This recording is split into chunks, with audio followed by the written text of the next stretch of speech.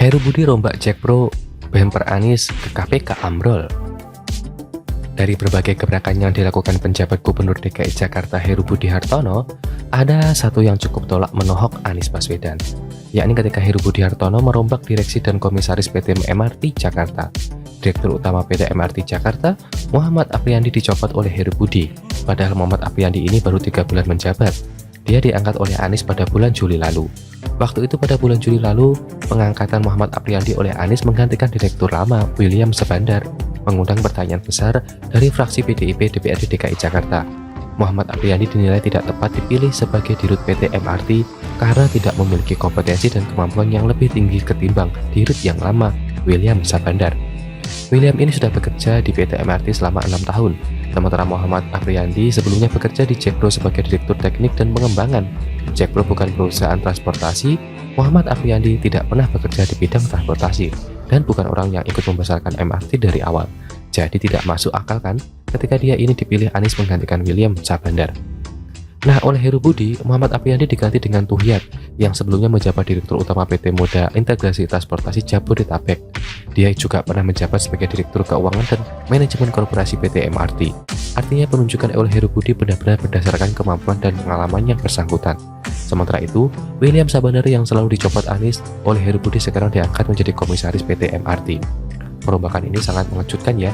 Tidak ada yang menyangka kalau dalam waktu yang singkat tidak sampai 2 minggu sudah dilantik menggantikan Anies.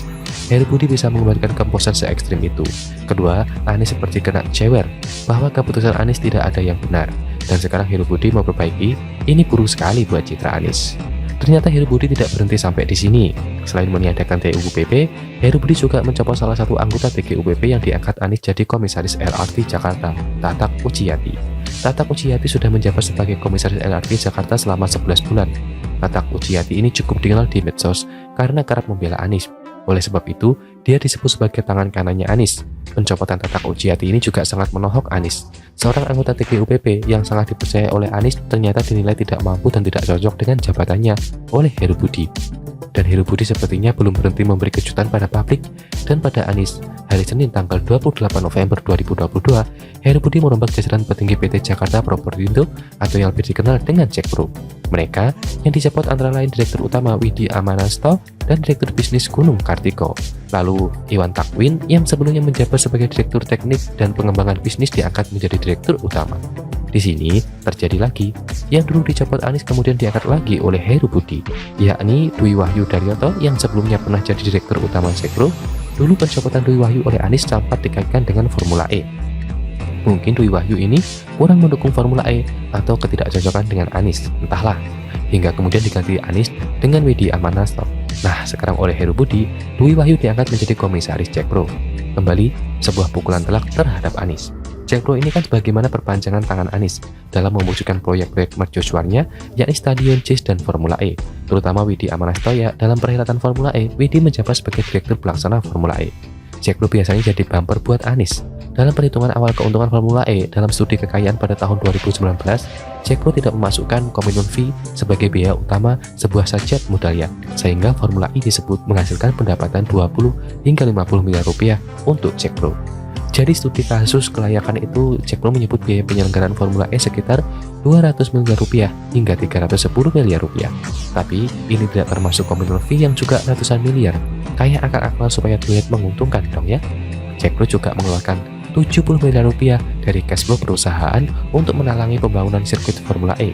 Padahal pada tahun 2018, 2019, dan 2021, Jack Pro mengalami kerugian yang kalau ditotal mencapai 427,94 miliar rupiah. Jack Pro juga sangat lambat dalam menuntaskan audit pelaksanaan Formula E. 3 bulan sesudah Formula E digelar, baru Jack Pro menyelesaikan proses tender pemilihan perusahaan auditor. Pemprov DKI di bawah Anies pada bulan Juni silam menyatakan akan menggandeng pihak swasta untuk melakukan audit total Formula E.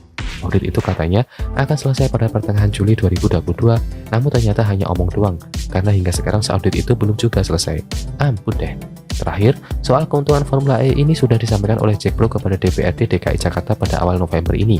Katanya berdasarkan laporan per akhir September 2022, sedangkan laporan keuangan Formula E masih belum selesai diaudit. Jack Pro menyatakan Formula E mendatangkan keuntungan 6 miliar rupiah buat Jack Pro. Namun dalam rincian beban atau modal, komitmen fee tetap saja tidak dimasukkan oleh Jack Pro. Uang keluar kok nggak dihitung sebagai biaya ya? Ya udah, itu urusan Jack Pro. Heru Budi sendiri sudah menyerahkan sepenuhnya ke Jack Pro soal pertanggungjawaban penyelenggaraan Formula E. Namun saya kira dalam waktu bersamaan, Heru Budi juga sangat melihat sikap Jack Pro masih terus saja seperti bumper buat Anies. Bolehlah kita sebut sebagai sikap yang naas. Asal Anies senang, buktinya kan itu tadi. Komitmen fee ratusan miliar tidak dimasukkan jadi biaya, sehingga perhitungannya pun jadi untung. Dari studi kelayakan hingga laporan untung rugi, semua dipegang Jack Pro dan semua diatur untuk melindungi kepentingan Anies, di mana pertanggungjawaban komitmen fee yang mencapai angka 560 miliar rupiah. Dampak ekonomi katanya mencapai 2,6 triliun rupiah juga dipertanyakan. Salah satunya oleh Direktur Studi Komunikasi Eri Purwanto, karena fakta di lapangan menunjukkan kebalikannya. Ada keluhan pihak UMKM yang sepi pembeli. Saya kira perombakan Jack Pro oleh Heru Budi ini merupakan upaya bersih-bersih BUMD dari hubungan utang budi dengan Anies. Agar Jack Pro bisa lebih profesional, masa pemilihan auditor saja butuh waktu 3 bulan. Sudah menderita kerugian, cash flow perusahaan dipakai buat menalangi proyek Formula E. Komitmen fee selalu tidak digolongkan sebagai biaya atau modal. Padahal ketika dipanggil KPK, Anies menegaskan kalau Formula E bukan program dia sebagai gubernur. Sementara rekam jejaknya berkata sebaliknya. Anies lah yang menjadikan Formula E sebagai salah satu program prioritas. Beberapa pihak menilai pernyataan Anies di KPK itu merupakan pertanda adanya kepanikan di pihak Anies, bahwa memang ada sesuatu yang tidak bisa dijelaskan Anies ke KPK. Tapi waktu itu kan Jack Pro masih terus saja jadi bumper buat Anies. Sekarang kondisinya beda.